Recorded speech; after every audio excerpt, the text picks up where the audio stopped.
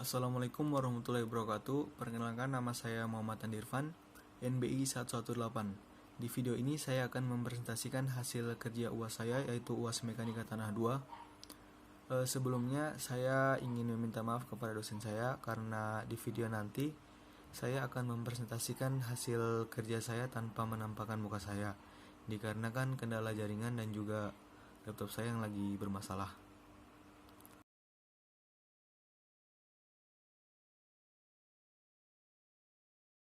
Nah, langsung saja kita ke soal nomor 1.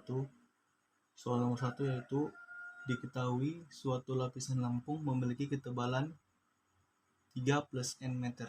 Nah, di sini untuk N-nya sendiri itu adalah NBI akhir masing-masing mahasiswa. Nah, punya saya yaitu 8, yaitu jadi 3 plus 8 sama dengan 11 meter.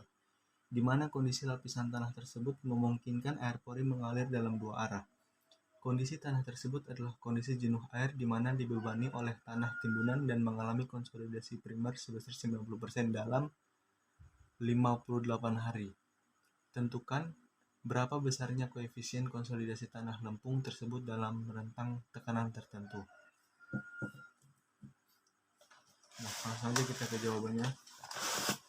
Di sini sudah diketahui bahwa HDR-nya yaitu 3 plus 8. Nah, di sini itu untuk N-nya punya saya 8, jadi 3 plus 8 sama dengan 11.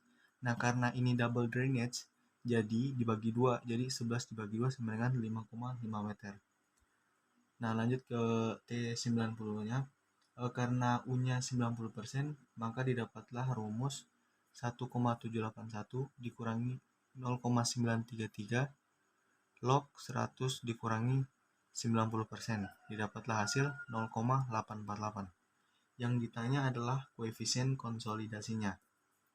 Nah, rumus kan di sini kita pakai kita menggunakan metode Taylor karena U-nya itu 90%.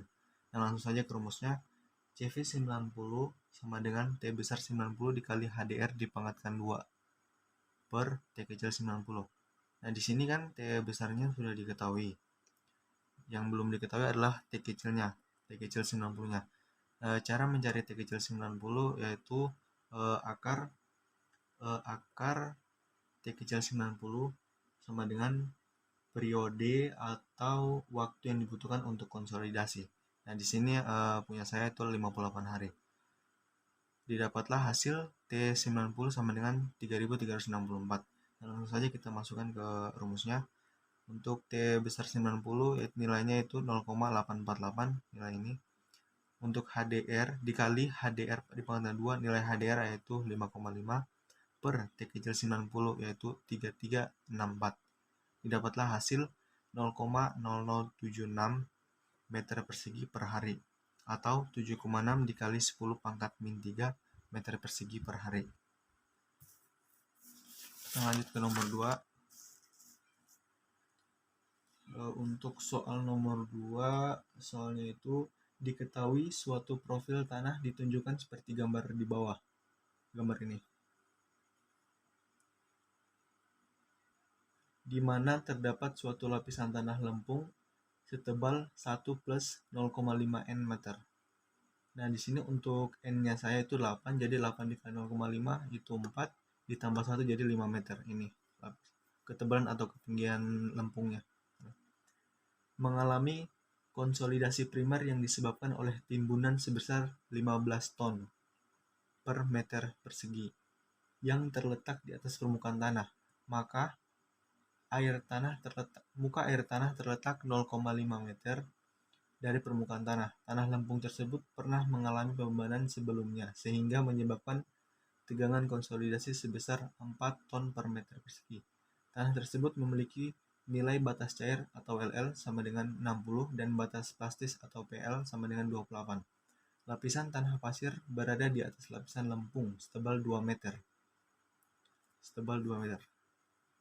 Di mana data yang dimiliki adalah GS sama dengan 2,65 dan E-nya 0,5.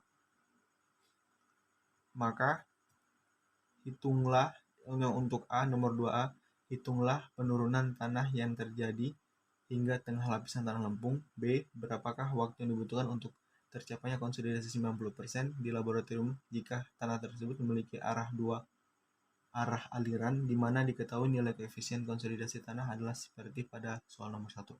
Dari sini kita kerja yang A dulu. Untuk yang A, kita pertama-tama itu di sini kan di sini kan yang diketahui itu hal lempungnya itu 5 meter, B-nya atau batas cairnya itu 60, batas plastik atau PL-nya 28, SR atau derajat kejenuhan itu 68%. Nah, kita kerja yang A-nya dulu, ditanya penurunan tanahnya. Pertama-tama kita cari gamma pasirnya dulu. Rumus gamma pasir itu GS dikali gamma W ditambah SR atau derajat kejenuhan dikali E dikali gamma W per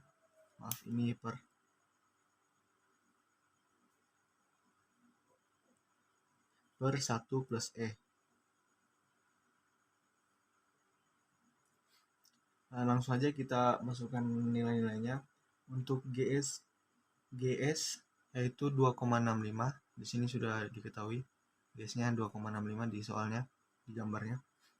Untuk gamma W di sini untuk satuan ton per meter kubiknya itu didapat nilai 0,99 ton per meter kubik. Plus nilai SR atau derajat kejenuhan yaitu 68% dikali nilai E-nya 0,5 dikali gamma W-nya 0,99 per 1 plus 0,5 sama dengan 1,9734 ton per meter kubik. Selanjutnya kita mencari gamma pasir di bawah muka air tanah.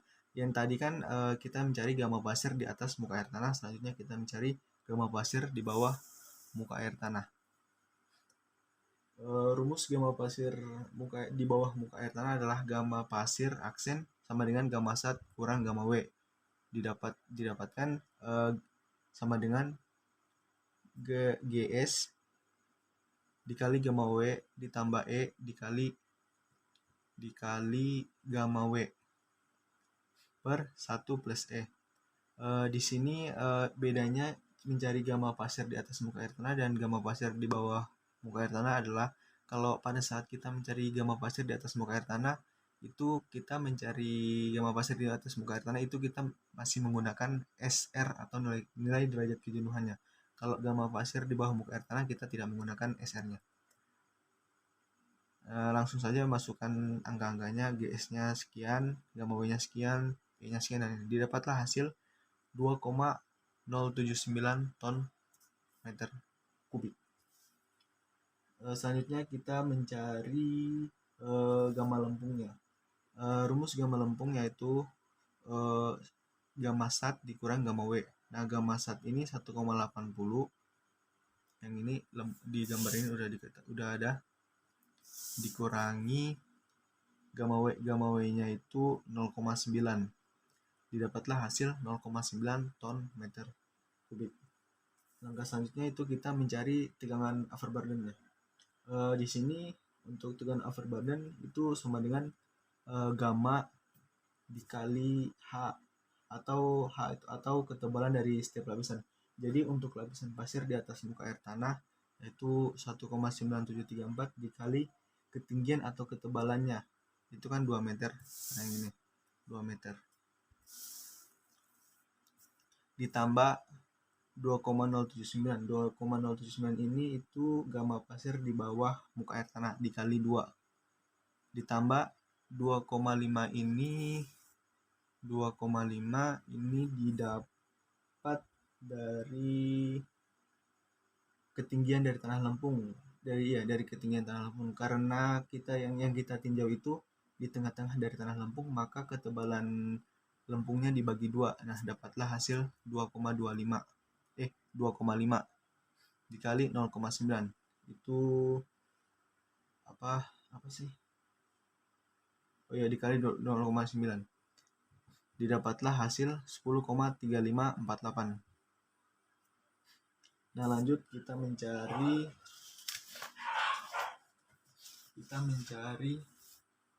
koefisien kompresinya atau CC-nya.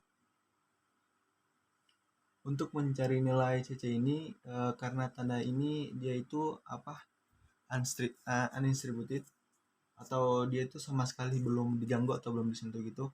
Jadi rumusnya itu 0,09 dikali LL dikurang 10. 0,09 nilai LL-nya sini 60 dikurangi 10, dapatlah hasil 0,45. Kemudian kita cari penurunannya atau normally consolidated. Maka rumusnya itu SC sama dengan CC dikali H per 1 plus E0 dikali log dengan Overburden plus delta to per delta to atau per tegangan Overburden-nya, delta ini 0 ini T to 0 nih sama dengan nilai CC-nya sini 0,45 dikali H-nya ini itu ketinggian tanah lempung atau ketebalan tanah lempung per 1 plus 0,5 log dikali log dimasukkan ini nilai ininya plus delta to-nya 15 per nilai ini. Didapatlah hasil 0,5 meter. Kita convert ke inci, jadi didapatlah hasil 19,685 inci.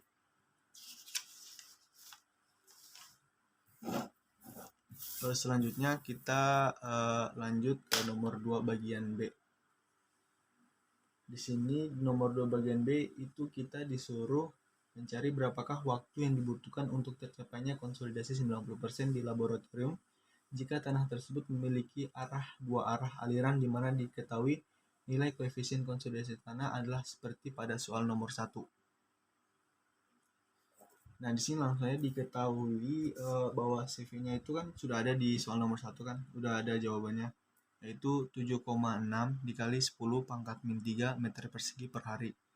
Untuk SC-nya sama dengan 19,685, U-nya sebesar 90%, T besar 90-nya sama dengan 0,848. Yang ditanya di sini yaitu T kecil 90-nya. Nah, langsung saja untuk mencari T kecil 90-nya itu menggunakan rumus T besar 90 dikali HDR dipangkatkan 2 per CV. Nah, langsung saja masukkan angka-angkanya. 0,848 untuk T90-nya dikali HDR dipangkatkan 2. Oh ya, di sini karena ini double Drenix, jadi HDR-nya dibagi 2. Ingat, dibagi 2. Per nilai CV-nya 0,076 sama dengan 0,848 dikali sini nilai